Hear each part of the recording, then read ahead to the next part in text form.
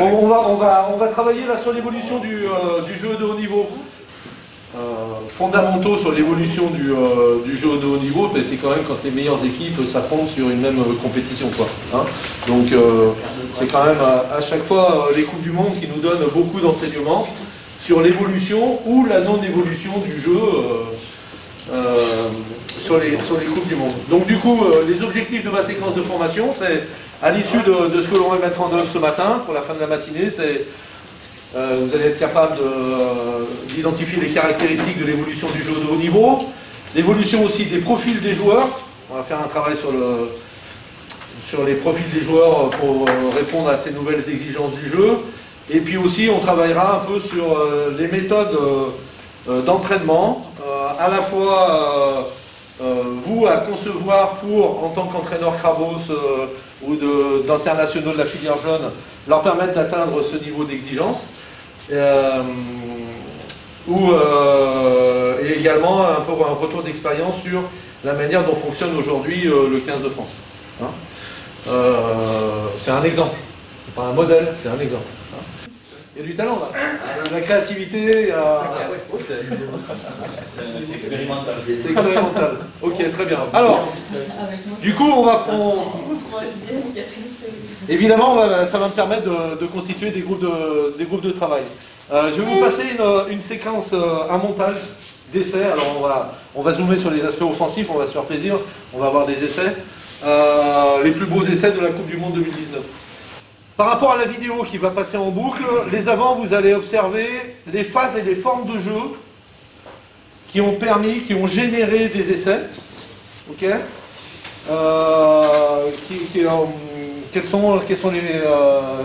depuis quelle phase sont générés les essais et quelles sont les formes de jeu utilisées.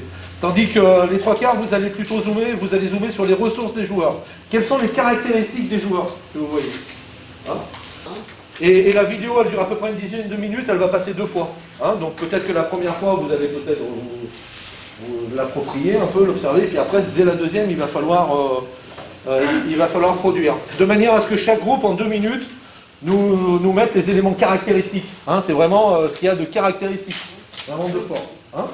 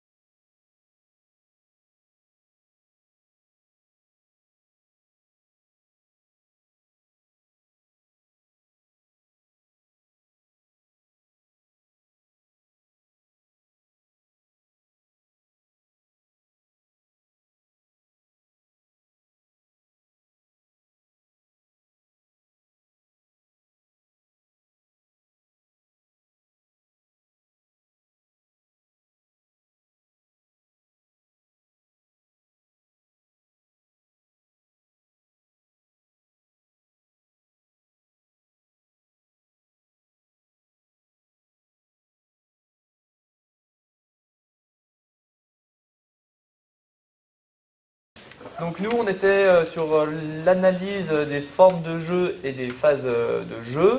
Et ce qu'on a pu en tirer sur, sur les vidéos, c'est que dans 45% des cas, donc sur quasiment beaucoup d'essais, c'était du jeu pénétrant qui était utilisé. Ça c'est la stat. Sachant que souvent, ce jeu pénétrant faisait suite à 2-3 passes sur du jeu déployé pour décaler un petit peu le partenaire dans l'espace. Et dans quelques cas également, il y avait un jeu au pied qui précédait le jeu pénétrant. Qui précède à l'essai. Qui précédait l'essai, pardon. On a également remarqué que sur les 16 essais, il y a eu 4 essais qui étaient suite aussi à une contre-attaque. On ne l'a pas noté, mais je le dis à l'oral.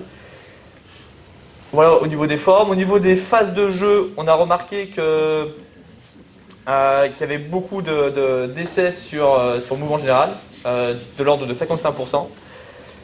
Que 40% des essais étaient suite aussi à une phase de fixation. Par contre, très peu d'essais directement suite à une phase ordonnée. Et là, du coup, ils se sont amusés à... On s'est amusé. C'est pas forcément qu'il y avait un essai suite à un mouvement général ou suite à une fixation. Voilà. On a compté bêtement le nombre de phases de chaque phase qu'il y a eu pendant tous les essais confondus. Ok, donc il y a eu plus de phases de mouvement général que... Ouais. Après, il faut savoir que... Le 8 secondes, c'est le temps moyen de mouvement général qui ont abouti à un essai. Précédant un essai. Et 2 secondes, c'est les libérations de balles, la vitesse de libération. Sur les phases de fixation. C'est ça. D'accord, ok. Oui. Vas-y. Après, il faut savoir que pratiquement tous les essais, ils partaient d'une phase de fixation. La base de l'essai, c'était la phase de fixation. La première action, c'était... Et après, quoi? C'est vrai, mais qu'il y avait plus de phases de mouvement général, mais dans les essais, le tout début de l'action, c'était une phase de fixation. Ok. Voilà. Le groupe, des choses à rajouter? Les extérieurs du groupe, après, d'autres groupes? c'est à pondérer un peu parce qu'on ne voit pas d'essai sur phase ordonnée, on ne voit pas d'essai sur molle, on est passé un top 10 quoi. Donc c'est un top 10, c'est un clip promotionnel qui évidemment on n'a pas les pénales touches, hein, par exemple. On analysera après sur les statistiques de la Coupe du Monde, le travail d'après, combien d'essais ont été marqués sur pénale touche quoi. Ah là effectivement, c'est plutôt normal qu'on retrouve au travers d'un clip un peu promotionnel le fait qu'on ait beaucoup d'actions dans le mouvement général. Et après sur les formes de jeu, ce qu'on peut constater, c'est que toutes les formes de jeu sont utilisées. Hein, donc à la fois du jeu pénétrant, du jeu déployé, du jeu au pied. Toutes les phases qui génèrent des essais sont aussi évoquées, même si elles sont un tout petit peu sur les phases ordonnées liées au clip, mais après des phases de fixation et après des phases de mouvement général. Okay. Tu as évoqué un point sur les contre-attaques. Oui. Dans quelle bulle tu la rattaches? Vous la rattachez à quelle bulle? Les 6 bulles ici. Général. Ok.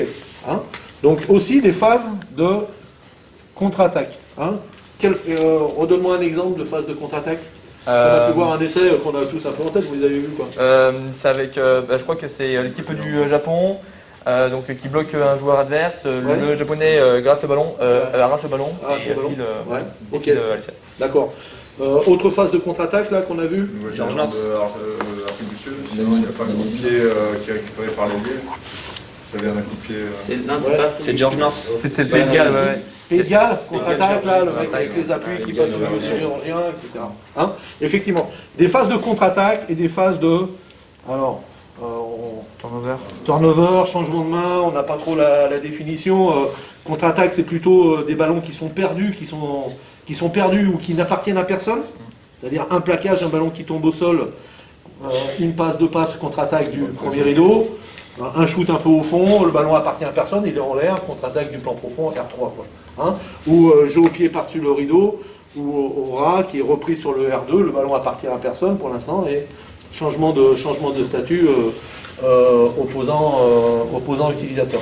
Et turnover, c'est plutôt effectivement sur les arrachages, sur les grattages, hein, sur les phases de fixation. Voilà. On n'a pas le terme, on va dire, changement de main pour essayer de parler un peu français. Quoi. Hein, donc des phases. Okay.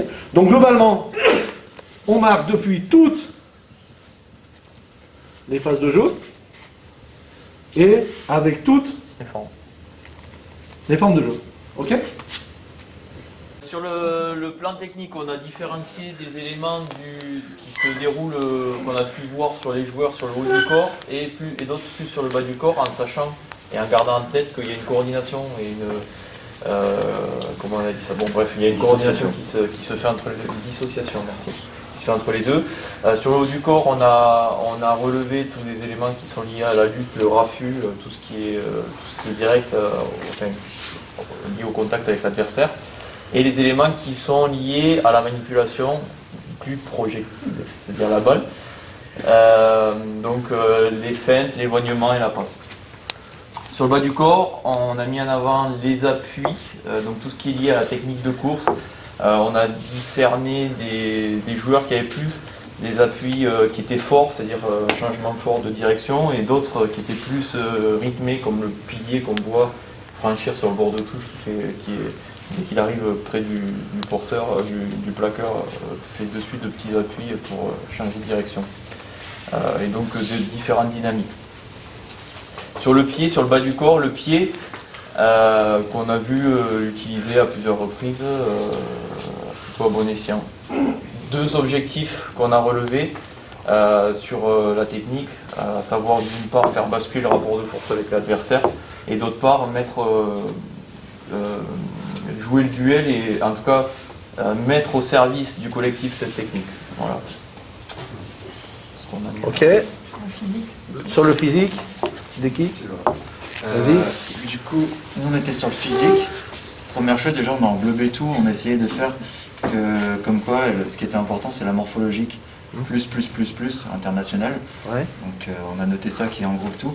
Après on a essayé de mettre 4 points, donc vitesse, explosivité, puissance et coordination.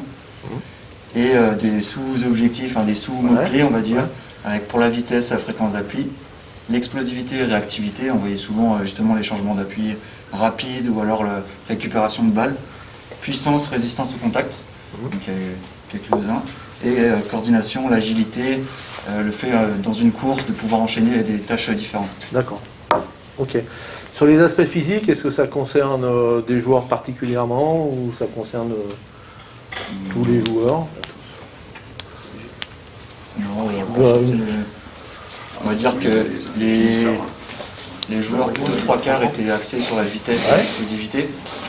Et ceux de devant, un peu plus la puissance. Coordination, on peut dire que c'était un peu pour les deux. Raka, il est puissant. Il y a une certaine polyvalence à avoir. Le pilier qui part sur le côté, il est rapide. Donc globalement, tous les joueurs. Alors évidemment, il y a des spécificités, les ailiers plus que les piliers, mais globalement, tous les joueurs sont dans ce domaine-là. Sur la dimension technique, capacité à faire des passes, capacité à avoir des appuis forts, est-ce que ça concerne des joueurs un peu plus particulièrement sur la dimension technique? Ou est-ce que ça concerne l'ensemble des joueurs? Tous. Après, ce qu'on a relevé, c'est que chacun a une technique qui est particulière. Les joueurs plutôt lourds, par exemple, sur les appuis, ce que je disais, on voit vraiment que les piliers sont plus sur des appuis avec beaucoup de fréquences pour justement faire que les 120 plombes, on arrive à les faire changer de direction. Mais en attendant, quand même, ce talonneur japonais, sur la qualité d'appui, d'accord, capacité à jouer au contact, on va dire peut-être que exceptionnellement sur le jeu au pied, on n'a pas vu d'avant jeu au pied, mais globalement sur toutes les dimensions techniques, capacité à faire des passes, à jouer, à plaquer, etc. C'est aussi un gros focus sur l'ensemble des joueurs qui sont capables de faire ça, quoi. Ok. Qu'est-ce qu'on avait? Perceptif décisionnel. Perceptif décisionnel, ce qu'on a noté, c'est qu'il y avait systématiquement un break qui était fait parce qu'il y avait un joueur qui avait réussi à lire l'espace libre, à aller jouer dedans, il prenait une décision forte, il y avait un réel engagement et il jouait son duel. On a remarqué qu'il y avait vraiment, on s'est centré un peu sur leur regard et on voyait vraiment les mouvements de tête, tant avant la prise de décision de où est-ce qu'on va jouer, qu'après, à chaque fois que le break était créé, on les voyait chercher du regard des soutiens. On a remarqué aussi qu'il y avait un choix de tout le temps jouer debout dès que le déséquilibre était créé. Ça jouait debout, debout. Ça va un peu avec ce que tu disais. On a remarqué qu'il y avait une suppléance, peu importe qui était là au moment où le break était créé, que ce soit un avant, un 3/4, un pilier, tout le monde avait la même attitude d'avancer. Et notamment le rôle des soutiens. il y avait une vraie convergence de tous les joueurs les plus proches. On remarquait souvent cette cellule, il y avait tout le temps un joueur inté, un joueur exté, et il y avait eu un effort pour se démarquer. On voyait qu'ils essayaient de battre un peu les défenseurs, de passer devant les défenseurs. Et on a remarqué aussi que dans les choix qui étaient faits, il y avait énormément de breaks qui se faisaient sur la zone des 5 à 15 mètres sur le bord de la touche. C'était une zone où ça franchissait et il se passait beaucoup de choses, quoi. Là aussi, même question, même éclairage. Des joueurs particulièrement ou l'ensemble des joueurs. Alors, les images sont on a vu beaucoup de centres et d'ailiers avoir soit faire ce break, soit avoir ce rôle de soutien très rapide dans la zone. D'ailleurs, ils sont souvent placés dans ces zones, que ce soit sur le jeu au pied ou même quand il y a toujours un ailier qui est le long de la touche et qui est dans cette zone. Tout à fait. Donc la suppléance est très important, hein, capacité à assurer n'importe quel rôle dans le mouvement général ou sur les phases de fixation, à la différence de la polyvalence qui se rapproche plutôt du poste. Hein. Oui, capacité à jouer debout, globalement là aussi, tous les joueurs doivent être équipés sur cette capacité à percevoir, à décider et à préagir et à agir. Le plus bel essai de la Coupe du Monde avec, je ne me rappelle plus le demi-de-mêlée néo-zélandais qui marque, c'est aussi par rapport à la qualité de la phase de rock d'un 3/4 centre qui est venu nettoyer la zone de la dernière phase de rock. Donc effectivement sur le perceptif, le technique, le physique, l'ensemble des joueurs sont à équiper, hein, sont à former. Sur la dimension, je pense que c'est la dimension affective, relationnelle et la dimension mentale, hein, voilà. Donc on a à faire sortir 3 gros points. C'était la maîtrise du rapport au combat. C'est que peu importe le poste, peu importe la place, fallait avoir cette maîtrise du rapport au contact avec l'adversaire. On l'a vu aussi pour pouvoir faire des passes après contact, fallait rester debout pour faire des passes après contact. Donc on a vraiment cet aspect relationnel, enfin surtout affectif là-dessus, où assurer le contact pour pouvoir transmettre après. Une partie plus relationnelle sur la connaissance du partenaire. C'est vraiment, on sent que les joueurs, ils savent où est-ce qu'ils vont, qui va aller où, qu'est-ce qu'il va faire, pour pouvoir se placer en soutien, notamment on reçoit le soutien au bon endroit, au bon moment, pour pouvoir, en anticipant du coup, pour pouvoir faire cette dernière passe en plus, ou cette dernière course pour aller marquer.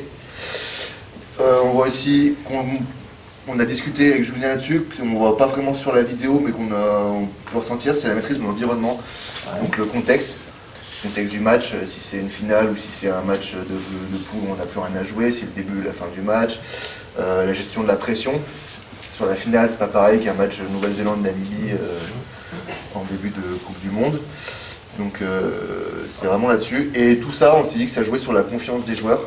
C'est que si les joueurs, on remarque qu'ils sont en confiance pour pouvoir faire des gestes techniques qui sont assez difficiles à faire en temps normal, et on sent qu'ils sont en confiance pour pouvoir les réaliser dans n'importe quelle situation du match et n'importe quel contexte. Ok, très bien. Je rebondis sur 2 choses. La confiance, comment est-ce qu'on génère de la confiance? Donc quand on est en réussite aussi. Ouais. Et quand il y a moins d'inconnus, quand c'est des choses qu'on a vécues. Ouais, qu'on a déjà vécues depuis longtemps. Hein. Moi je ramène ça à la capacité à pouvoir prendre des initiatives sans être systématiquement je dirais, ciblé, quoi. Hein. Enfin, la prise d'initiative, elle est aussi elle est prise parce que le joueur est en confiance. C'est pas ce qui donne la confiance. Donc c'est tout est un peu lié. C'est pour ça que finalement ce terme de confiance, il permet aussi d'exploiter toutes les autres ressources. Hein, la dimension mentale décuple l'ensemble des ressources. Hein. Sur la connaissance des partenaires, nous, on va souvent parler de connexion. Connexion. On cherchait un terme un peu général avec coordination, connexion. Connexion, c'est-à-dire connexion, on est connecté sur la ligne, on est connecté aux partenaires, je suis connecté même si je suis loin, je suis connecté sur la préparation de l'entraînement, sur le projet de jeu, je suis connecté, quoi. Hein, la connexion, la connaissance entre les partenaires. Évidemment qu'au niveau international, l'ensemble des ressources sont décuplées. Hein, les qualités de vitesse, les qualités d'appui, les qualités techniques, les qualités d'engagement.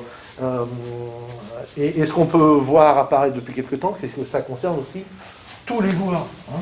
On a vu notamment sur la dimension technique des qualités de gestuelle des joueurs de devant, alors qu'il y a peut-être pas très longtemps, ou 10 ans, ou dans un monde ancien, c'était bien distingué. Hein. Il y avait les déménageurs de piano et ceux qui jouaient du piano, quoi, hein, pour chacun. Donc c'est toutes les phases, toutes les formes, et tous les joueurs, quoi. Hein, voilà, c'est au niveau international, ça décuple l'ensemble des caractéristiques. Ouais, hein. Dans un contexte de stress intense, oui. Quoi. Intense, hein, maximal. Hein. Après, donc voilà, c'est ce qu'il faut mettre en perspective.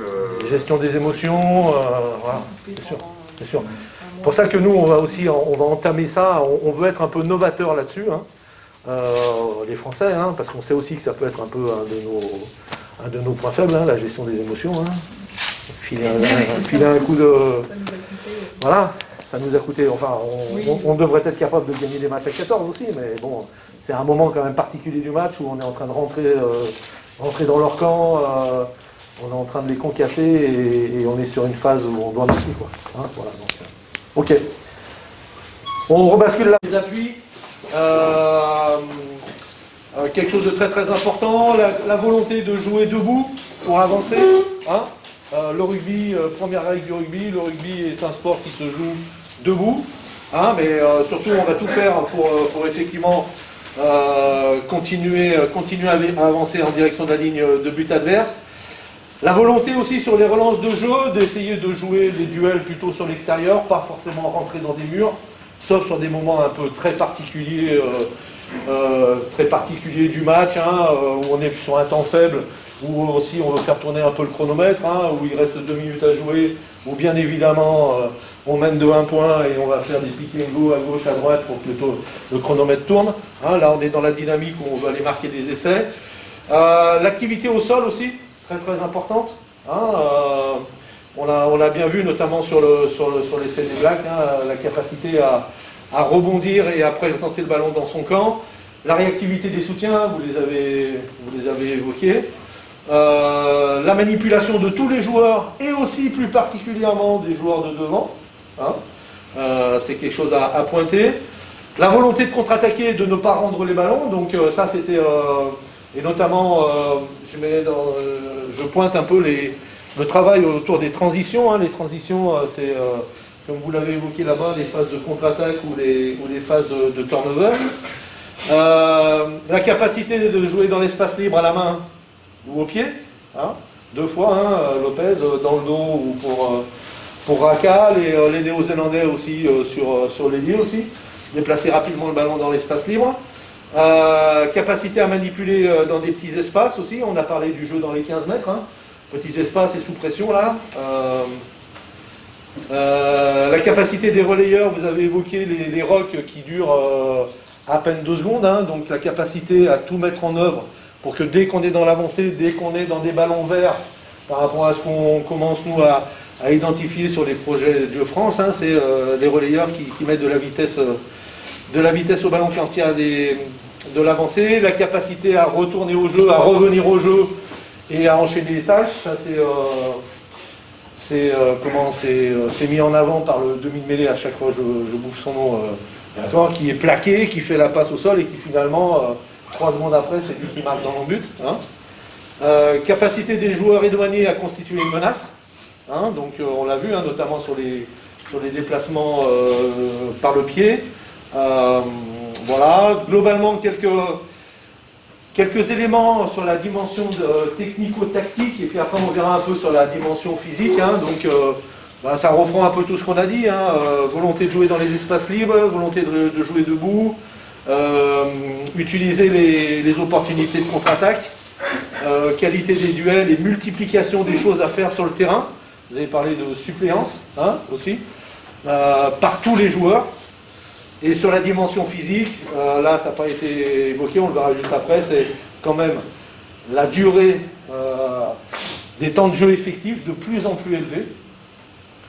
France-Angleterre, féminin, une séquence de 6 minutes, le ballon sort en touche, elle est jouée rapidement, on remet 1 minute 40 de jeu ensuite. Donc une séquence de jeu qui a duré 7 minutes 40 sur le France-Angleterre. Hein. Des enchaînements de courses. Donc c'est lié à la dimension énergétique de l'activité, là aussi pour tous les joueurs. Des sprints, des accélérations très très forts. Là, nous on chasse au travers des GPS quand on les utilise, la marche. Il faut toujours chercher du boulot sur le terrain. On chasse les moments où les joueurs marchent sur le terrain. Et comme je disais, des séquences de jeu qui démultiplient l'enchaînement des tâches.